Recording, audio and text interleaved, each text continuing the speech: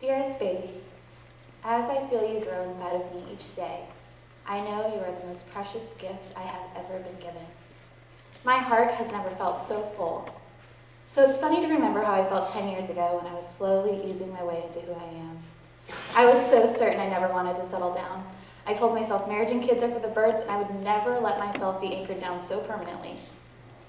But then, there was an evening about 6 years ago when I found myself sitting at a rundown bar and listening to the most captivating woman I have ever met sing For the Longest Time by Billy Joel. I'll take my chances. I forgot how nice romance is. I haven't been there for the longest time, and I knew. In that moment, I absolutely knew that she was the one. A few months later, I was sipping coffee with that same amazing woman and listening to her tell me her dreams of having a marriage and family of her own, when so suddenly and so surely I realized her dreams had become mine.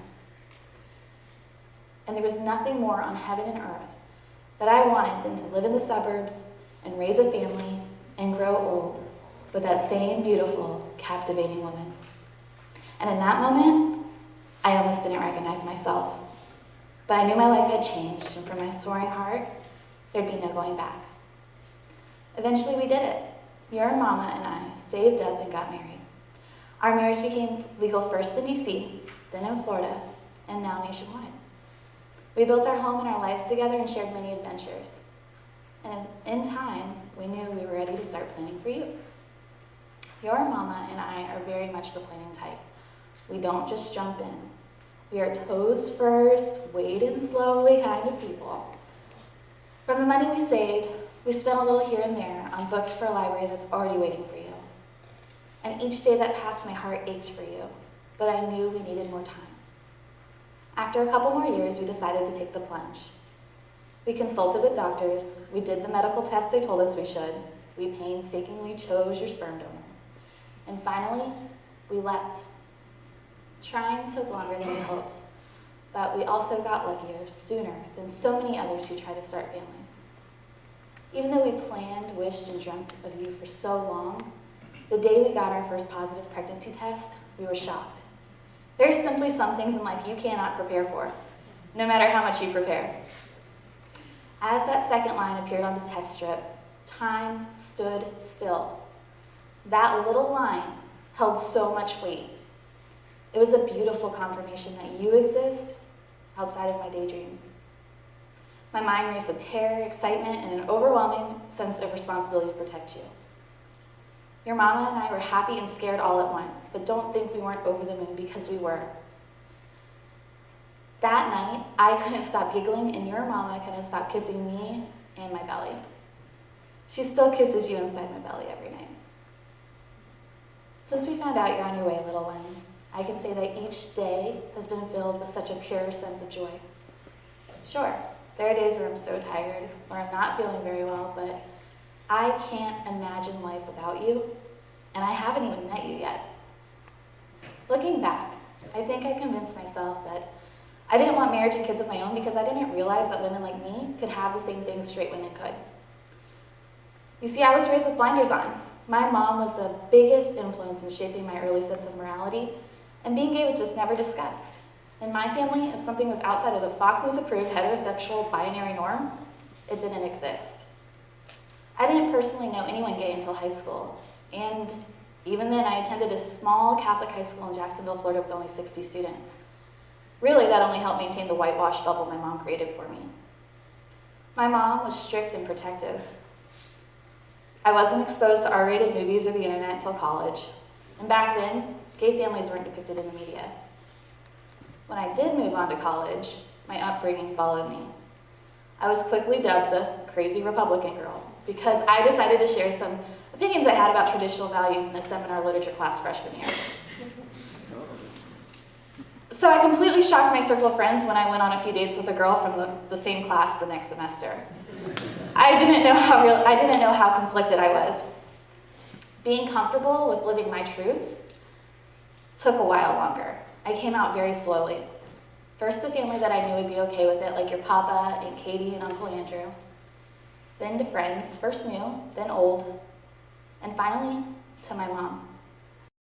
As I feared, the news shattered our relationship. She told me that she felt like I had purposely deceived her my entire life, and told me she would need time to mourn the loss of the daughter that she knew and loved before she could continue a relationship with me. Her words cut me to the core, and neither of us escaped that time in our life without open wounds.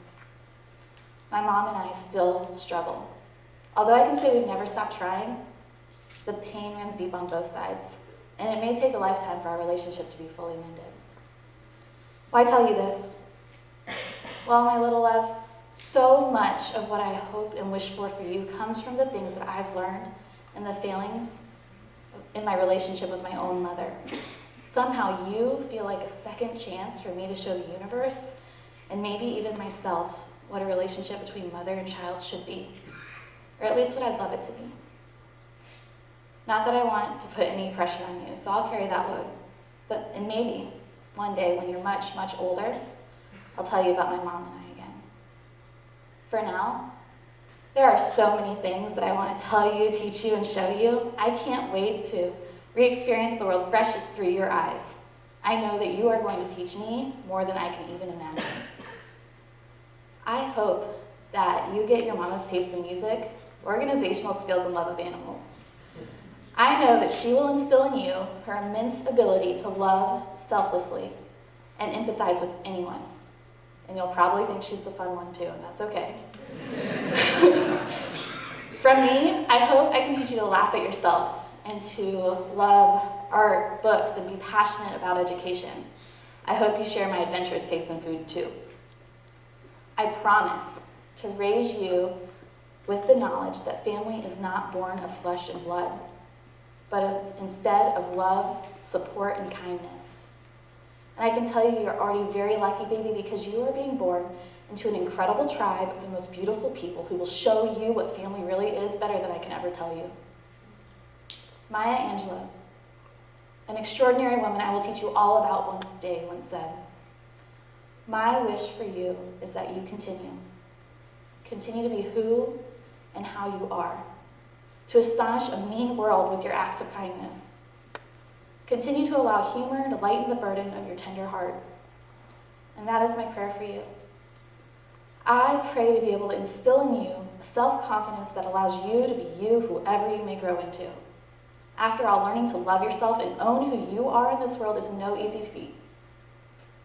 I hope you never have to hide who you are or doubt what you want in life because of anyone else's standards of what is good and worthy. And mostly, I hope to show you each day how loved you are and how wonderful you are for just being you. If you never go a day in your life doubting my love for you, I will have succeeded as your mother. Thank you for making your mama and I's dreams come true, my sweet baby. We cannot wait to meet you in September. Love, your mommy."